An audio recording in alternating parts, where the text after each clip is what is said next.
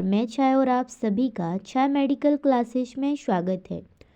तो डियर, आज हम मैनेजमेंट की टेस्ट सीरीज नंबर पढ़ेंगे दूसरी। ठीक है, इस टेस्ट सीरीज में हम मैनेजमेंट प्रबंधीय गुण का टॉपिक है संप्रेषण, कम्युनिकेशन को हम पहले समझेंगे शॉर्ट फॉर्म में, फिर उसके बाद हम इसके 40 मोस्ट इम्पॉर्टेंट एमसीक्यू कवर करेंगे इस वीडियो में। तो दोस्तों, वीडियो के अंत तक बने रहिएगा। यह बहुत ही मज़ेदार क्लास होने वाली है और आपकी परीक्षा की दृष्टि से बहुत ही इम्पोर्टेंट है। तो चलिए दोस्तों, आज की इस बेहतरीन क्लास को स्टार्ट करते हैं। मैं हमेशा कहती हूँ कि सफलता पाने का एक ही मंत्र है, एक ही सूत्र है, कड़ी मेहनत और सही मार्गदर्शन। अगर ये आपके पास दोनों हैं तो आपको सफल होने से कोई नहीं रोक सकता। सेल्फ मोटिवेट रहिए। मैं हमेशा कहती हूँ, जब तक आप सेल्फ मोटिवेट नहीं रहेंगे, जब तक आप अपने गोल को अचीव नहीं कर सकते। इसलिए दूसरों के मोटिवेशन से कुछ नहीं होता है। आपके पापा मम्मी बच्चों सबसे बड़े मोटिवेशन हैं, क्योंकि सिर्फ दुनिया में दो ही चीज़ें होती हैं जो आपको सक्सेसफुल देखना चाहती है, सफल होते देखना चाहती है। एक है गुरु, ठीक है, टीचर, और दूसरा है आपके पेरेंट्स, माँ पापा, और कोई नहीं। सब आपसे, जब आपका सिलेक्शन होगा ना, तो आपको लोग बधाई तो देंगे, बट क्या खुशी नहीं होगी। इसलिए आप अपने माँ पापा के लिए करके दिखाइए। ठीक है, तो चलिए समझते हैं कि कम्युनिकेशन क्या होता है। What is communication? कम्युनिकेशन क्या है? देखिए, कम्युनिकेशन की परिभाषा और इसके माध्यम समझेंगे, और इसके अवरोध मतलब कि बैरियर, और इसके प्राकृतिक क्या महत्व है ये भी समझेंगे। देखिए, संप्रेषण की परिभाषा क्या है? संप्रेषण एक ऐसी प्रक्रिया है, क्या? संप्रेषण एक ऐसी प्रक्रिया है जिसमें जो व्यक्ति होता है, एक इंसान होता है, एक पर्सन होता है, वो क्या करता है, अपने विचार, जो भी उसके अंदर थॉट्स आते हैं, विचार, भावना है, इमोशंस, तथ्यों मतलब जो भी उसके पास फैक्ट्स होता है, और सूचनाएं, जो भी उसके पास सूचनाएं होती हैं, का क्या करते हैं, आदान प्रदान करते हैं।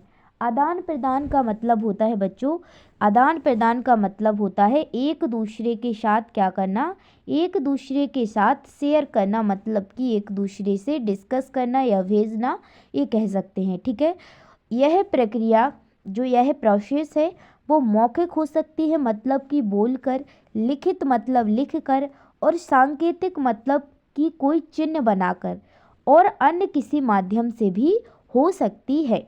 तो आई होप आप सभी लोगों को संप्रेषण की परिभाषा समझ में आई होगी कि संप्रेषण क्या है, कम्युनिकेशन क्या है। तो कम्युनिकेशन एक ऐसी प्रक्रिया है, ऐसी प्रोसेस है जिसमें जो व्यक्ति है अपने क्या विचार, जो भी थॉट्स होते हैं, भावनाएं, इमोशन, तथ्यों, जो भी फैक्ट्स होते हैं, और सूचनाओं को आदान प्रदान करता है। ठीक है, वो एक दूसरे के साथ शेयरिंग करता है। यह प्रक्रिया कैसी कैसी हो सकती है? मौखिक मतलब मुंह के द्वारा बोल सकते हैं आप, लिखित मतलब आप लिख कर, और सांकेतिक कोई ऐसा चिन्ह बनाकर आप कम्युनिकेट कर सकते हैं, या अन्य किसी माध्यम से हो सकती है। तो आई होप आप सभी लोगों को डेफिनेशन समझ में आई होगी। ठीक है, तो चलिए उदाहरण से समझे। देखिए, जब शिक्षक कक्षा में छात्रों को पढ़ाते हैं तो वो कैसे कम्युनिकेट करते हैं? वो मौखिक संप्रेषण का उपयोग करते हैं। ठीक है, मौखिक कम्युनिकेट करते हैं। ठीक है, मौखिक संप्रेषण करते हैं। ठीक है, जो शिक्षक पढ़ाते हैं वो क्या करते हैं? मौखिक कम्युनिकेशन करते हैं। ठीक है, देखिए अब समझेंगे कम्युनिकेशन की प्रकृति। ठीक है, संप्रेषण की क्या प्रकृति है, तो आइए समझते हैं। देखिए, संप्रेषण की प्रकृति है, सबसे पहला है द्विपक्षीय प्रक्रिया। कैसी? द्विपक्षीय प्रक्रिया। द्विपक्षीय प्रक्रिया का मतलब क्या होता है ये समझते हैं। देखिए, संप्रेषण में संदेश भेजने और प्राप्त करने वाले दोनों की भूमिका होती है। जैसे कोई मैसेज, जैसे मान लीजिए आप व्हाट्सएप पर मैसेज भेज रहे हैं तो दो लोग होते हैं ना, तो यहाँ क्या है, संप्रेषण में संदेश भेजने और प्राप्त करने वाले दोनों की भूमिका होती है, एक की नहीं, व्हाट कैसी, दोनों की है, ठीक है, दोनों की क्या है, भूमिका है, ठीक है। उदाहरण से समझिए, एक शिक्षक और छात्र के बीच संवाद, ठीक है, क्या, एक शिक्षक और छात्र के बीच संवाद। आई होप आप सभी लोगों को समझ में आ गया होगा। Two way process. दूसरा है सतत प्रक्रिया, क्या है, सतत, सतत का मतलब कंटिन्यूअस, कंटिन्यूअस प्रोसेस, ठीक है, कंटिन्यूअस चल ही रही है, ठीक है, यह कभी रुकता नहीं है। ये क्या होता है, यह कभी रुकता नहीं है, क्योंकि लोग हमेशा किसी ना किसी रूप में संप्रेषण कर रहे होते हैं, मतलब कि कम्युनिकेट कर रहे होते हैं। ये कंटिन्यूअस मतलब चलती जा रही है, ठीक है, किसी ना किसी रूप में लोग बाग कर ही रहे हैं संप्रेषण, कम्युनिकेशन, ठीक है, तो कंटिन्यूअस प्रोसेस। तीसरा है डियर, प्रतिक्रिया पर आधारित फीडबैक, फीडबैक ओरिएंटेड, ठीक है, प्रतिक्रिया पर आधारित फीडबैक ओरिएंटेड। देखिए, संदेश का प्रभाव तभी पता चलता है, ठीक है, संदेश का प्रभाव तभी पता चलता है जब प्रतिक्रिया मिलती है, ठीक है, जब क्या मिलती है, प्रतिक्रिया मिलती है। उदाहरण से समझे, जब किसी सवाल पर छात्र प्रतिक्रिया देते हैं, मतलब कि कोई छात्र है वो किसी सवाल पर क्या दे रहे हैं, प्रतिक्रिया दे रहे हैं, तभी क्या है, पता चलेगा, ठीक है। चौथा है सांस्कृतिक प्रभाव, क्या है, सांस्कृतिक प्रभाव। देखिए, संप्रेषण का प्रभाव संस्कृति पर निर्भर करता है, सांस्कृतिक प्रभाव, ठीक है, कल्चरल इन्फ्लुएंस। उदाहरण, अलग अलग देशों में अभिवादन के तरीके अलग अलग होते हैं, जैसे भारत में कुछ और, पाकिस्तान में कुछ और, ऐसे ऐसे अलग अलग होते हैं, ध्यान रखना, ठीक है। अब आइए समझते हैं कि संप्रेषण के क्या माध्यम होते हैं, किसके द्वारा हम एक दूसरे से कम्युनिकेशन कर सकते हैं, कम्युनिकेट होते हैं। तो डियर, सबसे पहला है मौखिक माध्यम, क्या है, सबसे पहला है मौखिक माध्यम, ओरल कम्युनिकेशन, ठीक है, ओरल कम्युनिकेशन। ओरल कम्युनिकेशन क्या होता है, बातचीत करना या भाषण देना, ठीक है, ये क्या है, ओरल कम्युनिकेट, ठीक है, एक दूसरे से बात करना, ठीक है, कुछ पूछना जानना, ये क्या है, ओरल कम्युनिकेशन। दूसरा है लिखित माध्यम, रिटन कम्युनिकेशन। कैसे भेजते हैं, पत्र लिखते हैं या फिर क्या भेजते हैं, ईमेल भेजते हैं, तो ये क्या हो गया, लिखित माध्यम, ठीक है, लिख कर कुछ सेंड करना, ठीक है। तीसरा है गैर मौखिक माध्यम, क्या पूछा है, गैर मौखिक माध्यम मतलब non verbal communication, non verbal communication, हाव भाव या इशारे, जैसे कोई इशारा करता है, ठीक है, इमोशन, जो भी इशारे करते हैं, आईज झपकाना, मुंह मटकाना, जैसा भी इशारा करे, ठीक है, हाव भाव देख के जो समझ जाए उसे हम क्या कहते हैं, गैर मौखिक माध्यम, नॉन वर्बल कम्युनिकेशन। चौथा है दृश्य माध्यम, क्या है, दृश्य माध्यम, विजुअल कम्युनिकेशन, क्या है, विजुअल कम्युनिकेशन, मतलब कि आप किसी को डायग्राम चार्ट के थ्रू क्या है, उससे कम्युनिकेट कर रहे हैं। आई होप आप सभी लोगों को कम्युनिकेशन के माध्यम समझ में आ गए होंगे। अब आइए समझते हैं संप्रेषण में अवरोध, क्या समझेंगे, संप्रेषण में अवरोध मतलब कि बैरियर्स इन कम्युनिकेशन, कम्युनिकेशन में क्या क्या अवरोध आते हैं और किन चीज़ों से आते हैं, तो आइए जानते हैं। देखिए, सबसे पहला है भाषाई अवरोध। भाषाई अवरोध का मतलब है लैंग्वेज बैरियर। कैसे, देखिए, भाषा की समझ का अभाव, भाषा की समझ का अभाव का मतलब है जैसे कि एक व्यक्ति है, उसको दूसरी लैंग्वेज आती है और दूसरा व्यक्ति है, उसको दूसरी लैंग्वेज आती है, तो ये एक दूसरे की भाषा को नहीं समझ पा रहे हैं, तो क्या है, ये एक बैरियर है, मतलब कि यहाँ बाधा उत्पन्न हो गई। जैसे कोई बच्चा हिंदी मीडियम है और दूसरा है इंग्लिश टू इंग्लिश बोलता है, तो इन दोनों में क्या हो गई, बाधा उत्पन्न हो गई, ठीक है। तो भाषा की समझना, या फिर इंडिया का कुछ और बोल रहा है और दूसरे देश पाकिस्तान में कुछ और बोल रहा है, तो ये क्या है, बैरियर है। ठीक है, तो भाषा का अवरोध, ध्यान रखना। दूसरा है भावनात्मक अवरोध, मतलब कि इमोशनल बैरियर्स। ठीक है, इमोशनल बैरियर, इमोशनल बैरियर का मतलब है किसी को ज़्यादा गुस्सा आता है और किसी को डर लगता है। जैसे कई जगह होती हैं ऐसी कि किसी ने स्टेज पर बुलाया और वो डर लग रहा है, उसको कुछ बोल ही नहीं रहा है, तो यहाँ बाधा उत्पन्न हो गया ना।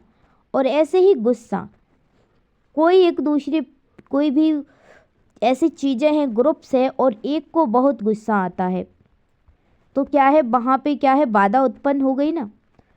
तो क्या है, गुस्सा या डर। ठीक है, ये क्या है, इमोशनली, जो इमोशनली बैरियर उत्पन्न हो, लड़ाई झगड़ा जो भी। पॉइंट 3 है शारीरिक अवरोध, मतलब कि फिजिकल बैरियर्स। ठीक है, शारीरिक अवरोध मतलब फिजिकल बैरियर। फिजिकल बैरियर का मतलब है खराब नेटवर्क। ठीक है, खराब नेटवर्क, शोरगुल, मतलब बहुत ज़्यादा हल्ला हो रहा है, ऐसी जगह है जहाँ पे आप एक दूसरे से कम्युनिकेट अच्छे से नहीं कर पा रहे हैं, तो इंटरनेट की समस्या है। अगर आप मैसेज के थ्रू कम्युनिकेट कर रहे हैं या फिर ऐसी जगह पर हैं जहाँ पे बहुत ही शोर हो रहा है, तो क्या है, यहाँ पे कम्युनिकेशन में क्या है, बैरियर उत्पन्न हो जाएगा। ठीक है, चौथा है सांस्कृतिक अवरोध। क्या है, चौथा है सांस्कृतिक अवरोध, मतलब कि कल्चरल बैरियर।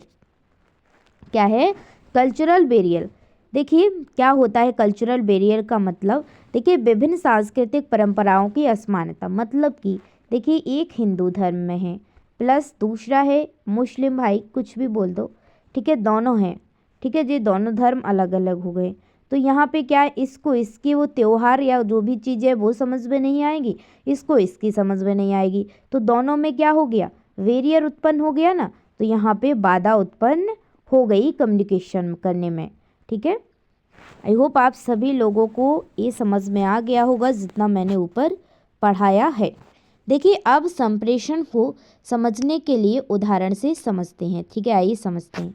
देखिए मौखिक कम्युनिकेशन, एक प्रबंधक अपने कर्मचारियों को निर्देश देता है, शिक्षक छात्रों को पढ़ाते हैं, ये क्या है, मौखिक कम्युनिकेशन है, ध्यान रखना।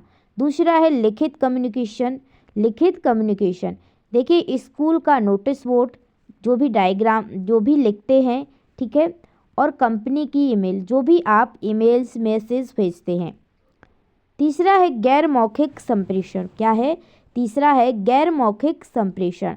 देखिए हाथ के इशारे से बुलाना, हाथ के इशारे से बुलाना, सिर हिलाकर सहमति देना, या और भी कई तरीके हो सकते हैं। ठीक, उदाहरण है, ठीक है, अवरोध के उदाहरण हैं। ठीक है, भाषाई अवरोध, अलग अलग भाषाओं के कारण संवाद में कठिनाई।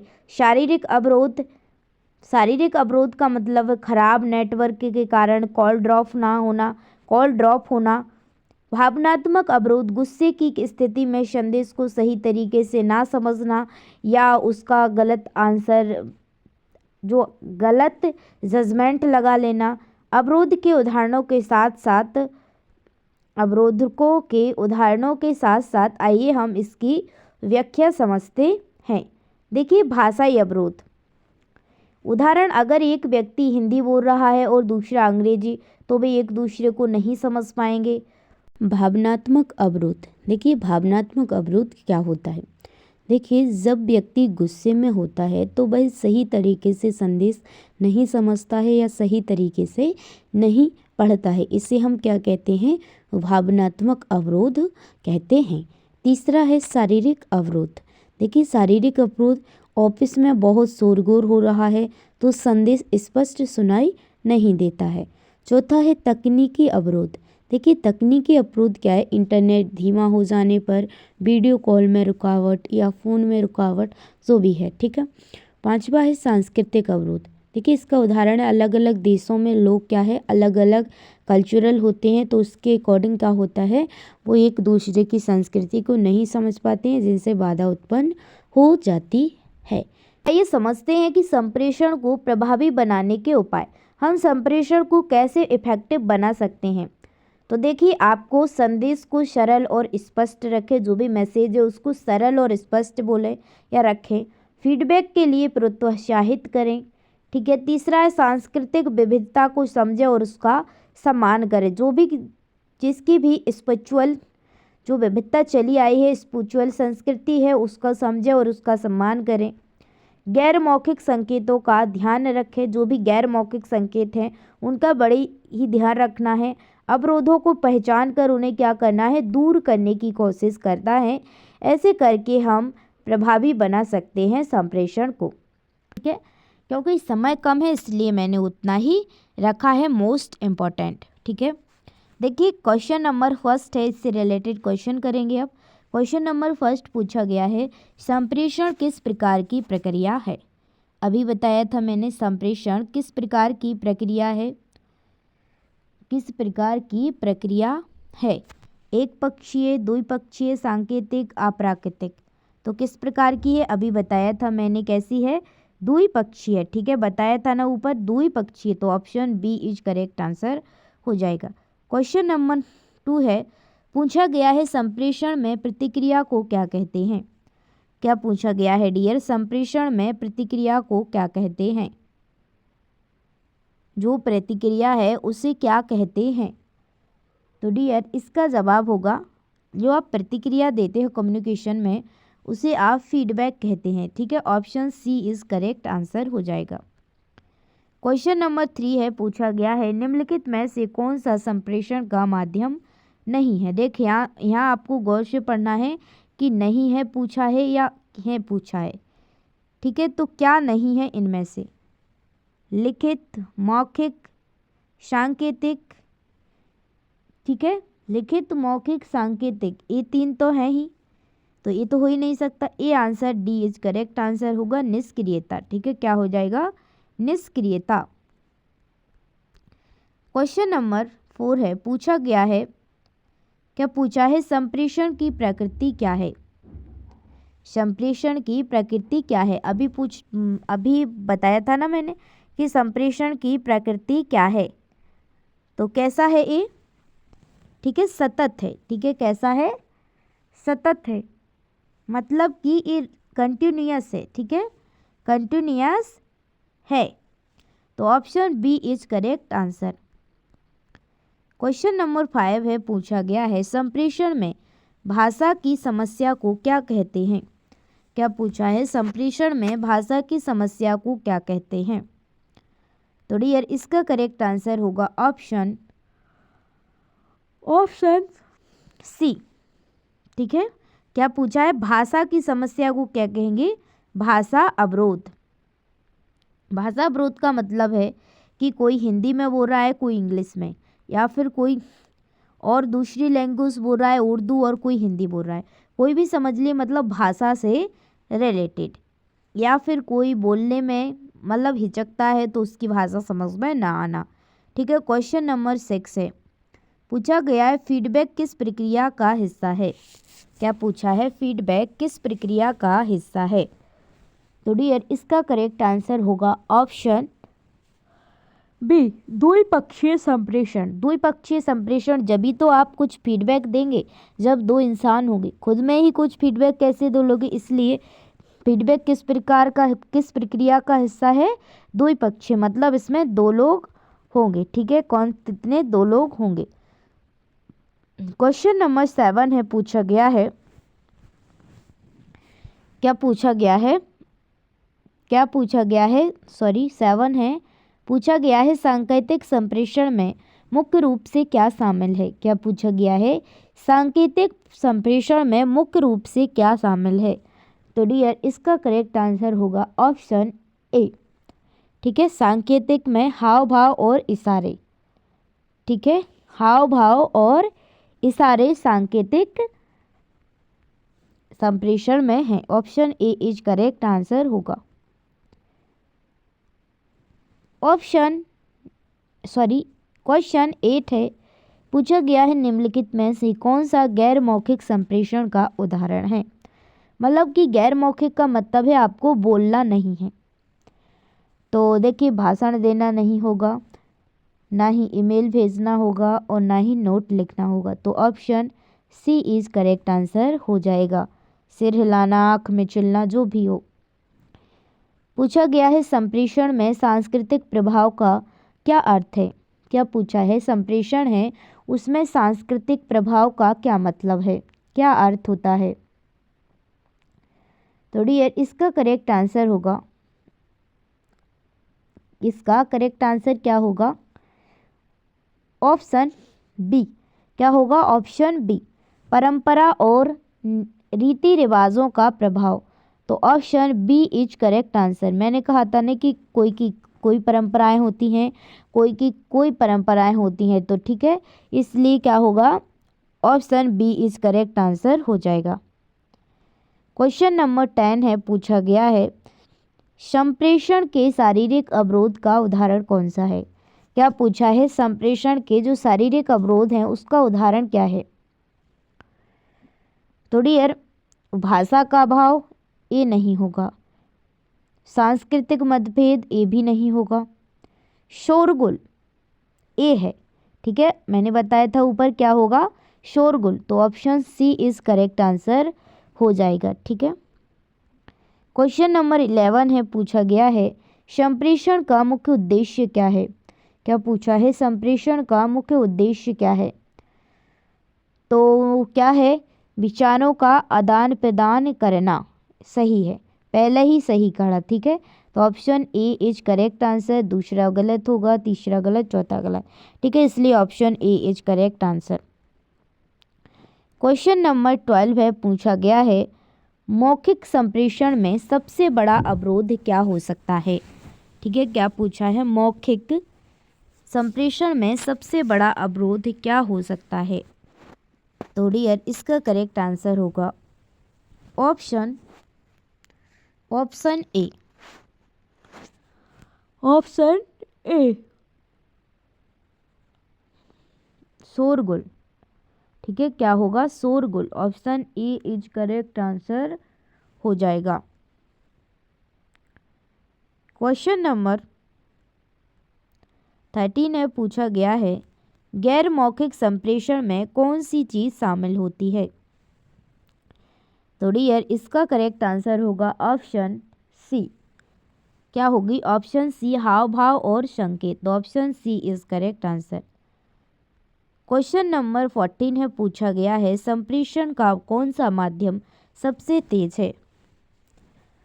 तो डियर संप्रेषण का कौन सा माध्यम सबसे तेज है। तो डियर इसका करेक्ट आंसर होगा ऑप्शन ए, क्या, मौखिक, ठीक है, मौखिक। तो option A is correct answer. Question number 15 है, पूछा गया है जब संदेश को प्राप्त करता, मतलब कि जो प्राप्त कर रहा है, रिसीव कर रहा है, सही ढंग से समझ नहीं पाता, मतलब कि किसी ने उसको क्या मैसेज किया या जो कुछ भी भेजा, ठीक है, वो क्या सही ढंग से समझ नहीं पाता है, तो इसे क्या कहते हैं।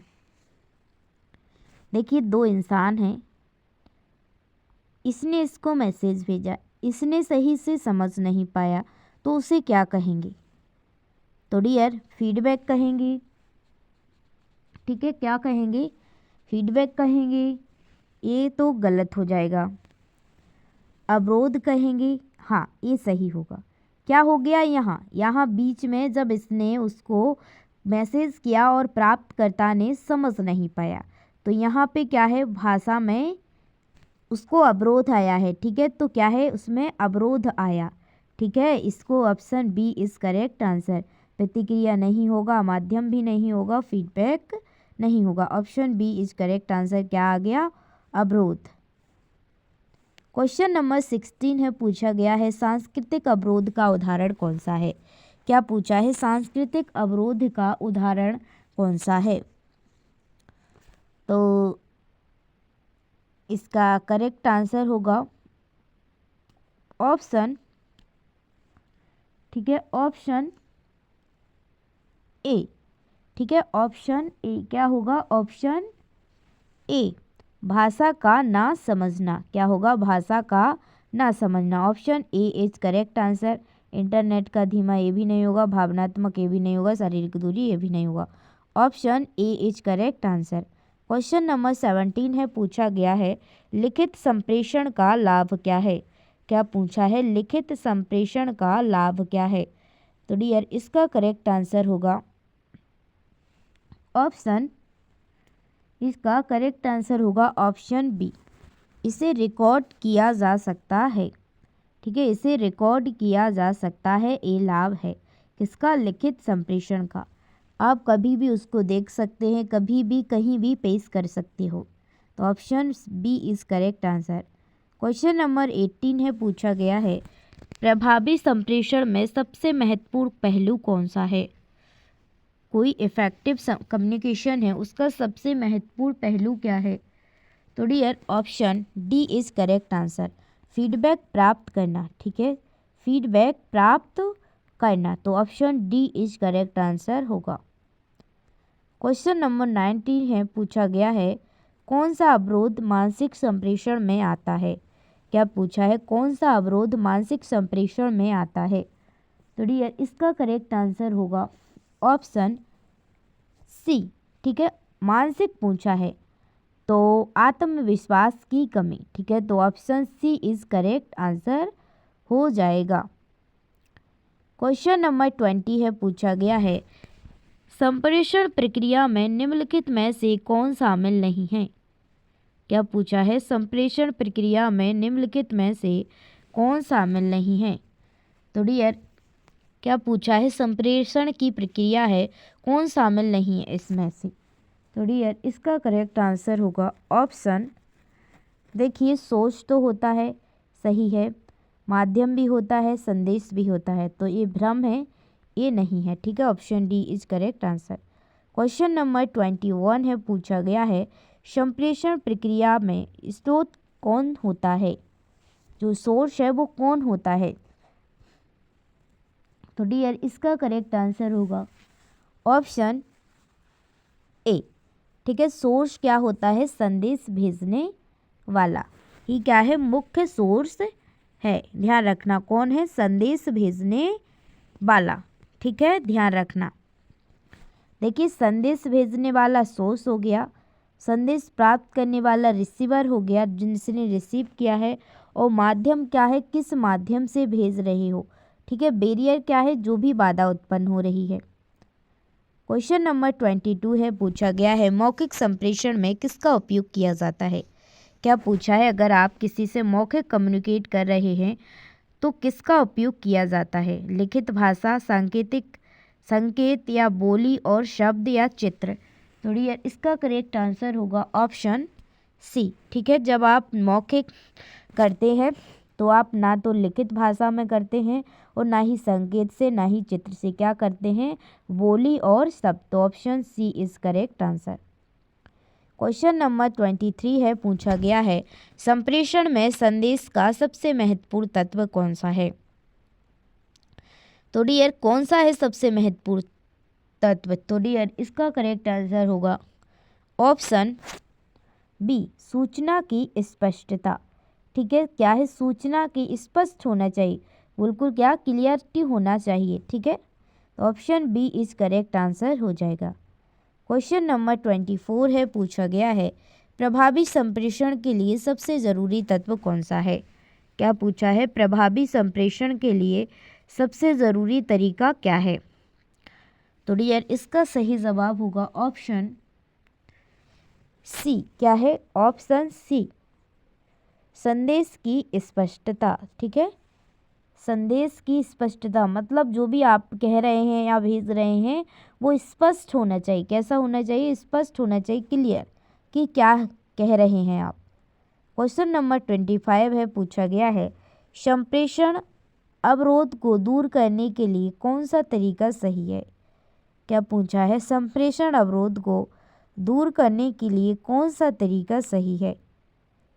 तो डियर इसका करेक्ट आंसर होगा ऑप्शन, इसका करेक्ट आंसर होगा ऑप्शन बी। क्या होगा, ऑप्शन बी, ऑप्शन बी, संदेश की स्पष्टता बढ़ाना, संदेश की स्पष्टता बढ़ाना। Option B is correct answer हो जाएगा।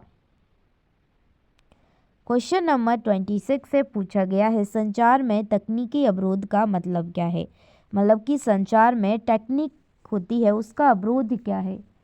तो डियर इसका करेक्ट आंसर होगा कि संचार मतलब कि वायरलेस। ठीक है, तो इसका होगा नेटवर्क की समस्या, नेटवर्क इशू होना। ठीक है, तो option A is correct answer हो जाएगा। क्वेश्चन नंबर 27 है, पूछा गया है कि गैर मौखिक संप्रेषण का उदाहरण कौन सा है। क्या पूछा है, गैर मौखिक संप्रेषण का उदाहरण कौन सा है।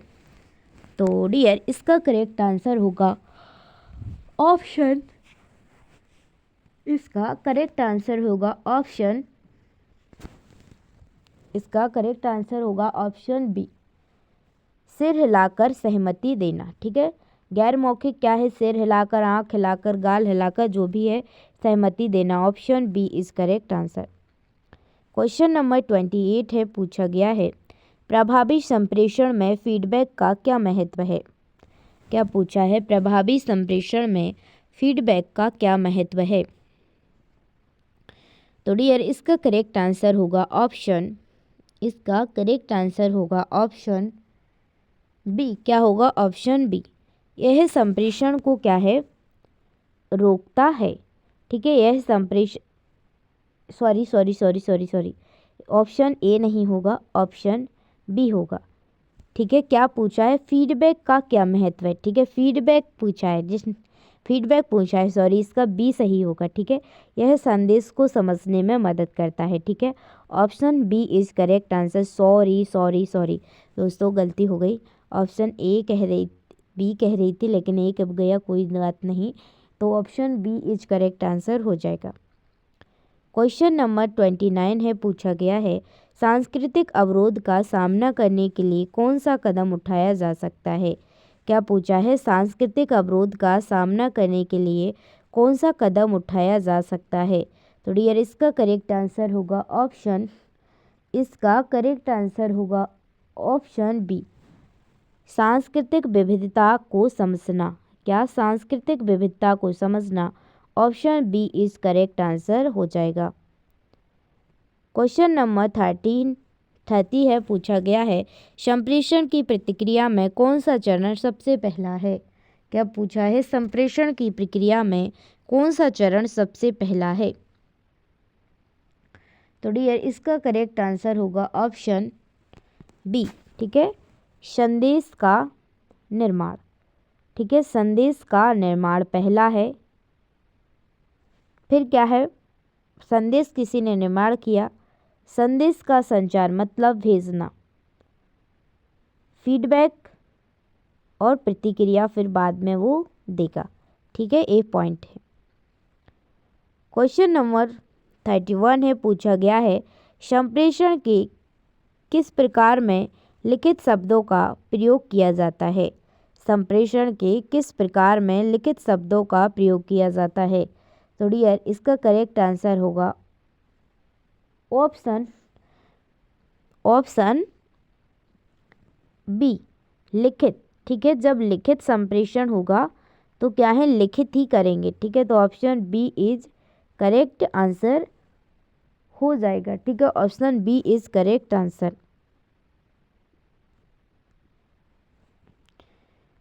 क्वेश्चन नंबर 32 है, पूछा गया है संप्रेषण प्रक्रिया में प्राप्तकर्ता की क्या भूमिका होती है।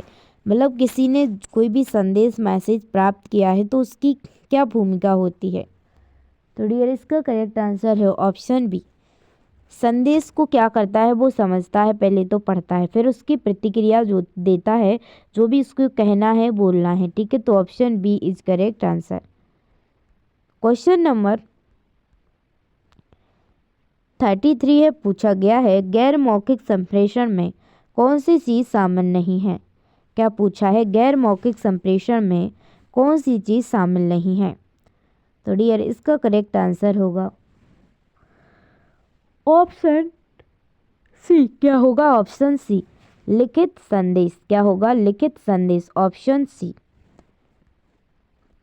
क्वेश्चन नंबर 34 है, पूछा गया है प्रभावी संप्रेषण के लिए सबसे महत्वपूर्ण क्या है? क्या पूछा है? प्रभावी संप्रेषण के लिए सबसे महत्वपूर्ण क्या है? तो डियर इसका करेक्ट आंसर होगा ऑप्शन बी, संदेश की स्पष्टता। क्या होगा? संदेश की स्पष्टता। तो option B is correct answer. Option B is correct answer. संदेश जो भी मैसेज है आपको क्या है? स्पष्ट सुनाई देना चाहिए। क्वेश्चन नंबर 35 है, पूछा गया है फीडबैक का उद्देश्य क्या है? मतलब फीडबैक का क्या पर्पज है? तो डियर इसका करेक्ट आंसर होगा ऑप्शन सी। क्या होगा? ऑप्शन सी, समझने की पुष्टि। ठीक है, क्या है? समझने की पुष्टि। Option C is correct answer हो जाएगा। क्वेश्चन नंबर 36 से पूछा गया है कौन सा माध्यम औपचारिक संप्रेषण का उदाहरण है? क्या पूछा है? कौन सा माध्यम औपचारिक संप्रेषण का उदाहरण है? तो डियर इसका करेक्ट आंसर होगा ऑप्शन बी। क्या होगा? ऑप्शन बी, कंपनी की रिपोर्ट। ठीक है, ऑप्शन बी, कंपनी की रिपोर्ट। ऑप्शन बी, कंपनी की रिपोर्ट। ठीक है, option B is correct answer हो जाएगा। क्वेश्चन नंबर 37 है, पूछा गया है संप्रेषण में शारीरिक अवरोध का उदाहरण कौन सा है? क्या पूछा है? संप्रेषण में शारीरिक अवरोध का उदाहरण कौन सा है? तो ठीक है, इसका करेक्ट आंसर होगा ऑप्शन सी। क्या होगा? ऑप्शन सी, व्यक्ति का बीमार होना। ठीक है, व्यक्ति का बीमार होना। Option C is correct answer. Question number 38 से पूछा गया है संप्रेषण के किस प्रकार में तकनीकी उपकरणों का उपयोग होता है? क्या पूछा है? संप्रेषण के किस प्रकार में तकनीकी उपकरणों का उपयोग होता है? तो डियर इसका करेक्ट आंसर होगा ऑप्शन सी। क्या होगा? Option C, electronic. ठीक है, option C is correct answer, electronic. Question number 39 से पूछा गया है प्रभावी संप्रेषण के लिए सही माध्यम का चयन क्यों ज़रूरी है? क्या पूछा है? प्रभावी संप्रेषण के लिए सही माध्यम का चयन क्यों ज़रूरी है? तो डियर इसका करेक्ट आंसर होगा ऑप्शन बी। क्या होगा? ऑप्शन बी, अवरोधों को दूर करने के लिए, जो भी बैरियर्स होते हैं उन्हें दूर करने के लिए। Option B is correct answer. आज की क्लास का लास्ट क्वेश्चन है, पूछा गया है कि किस संप्रेषण अवरोध को भावनात्मक अवरोध कहते हैं? क्या किस संप्रेषण अवरोध को भावनात्मक अवरोध कहते हैं? तो डियर इसका जवाब आपको कमेंट बॉक्स में छापना है। और अगर आप भी एमपी में महिला सुपरवाइजर पद पर बैठना चाहते हैं तो इस क्लास से डेली जुड़िएगा। हमारी 3 क्लास आती हैं, सुबह 7 AM, 9 AM और शाम को 4 PM पर। ठीक है, तो इन क्लासों से जुड़ना मत भूलिएगा। और अगर आप को यह क्लास पसंद आई है तो चैनल को सब्सक्राइब करें, वीडियो को लाइक करें और अपने सभी दोस्तों के साथ ज़रूर शेयर करें। मैं हमेशा कहती हूँ सफलता पाने का एक ही मंत्र है, कड़ी मेहनत और सही मार्गदर्शन। अगर आपके पास ये दोनों हैं तो आपको कोई नहीं रोक सकता। ठीक है, तो चलिए मिलते हैं नेक्स्ट वीडियो में। तब तक के लिए जय हिंद, जय भारत, वंदे मातरम। पढ़ते रहिए और हमेशा हेल्दी रहिए। तू हंस, तू मुस्कुरा, तू रोना बंद कर दे, जिंदा है तो जिंदगी की नाक में दम कर दे। तो चलिए मिलते हैं नेक्स्ट क्लास में। तब तक के लिए जय हिंद, जय भारत, वंदे मातरम।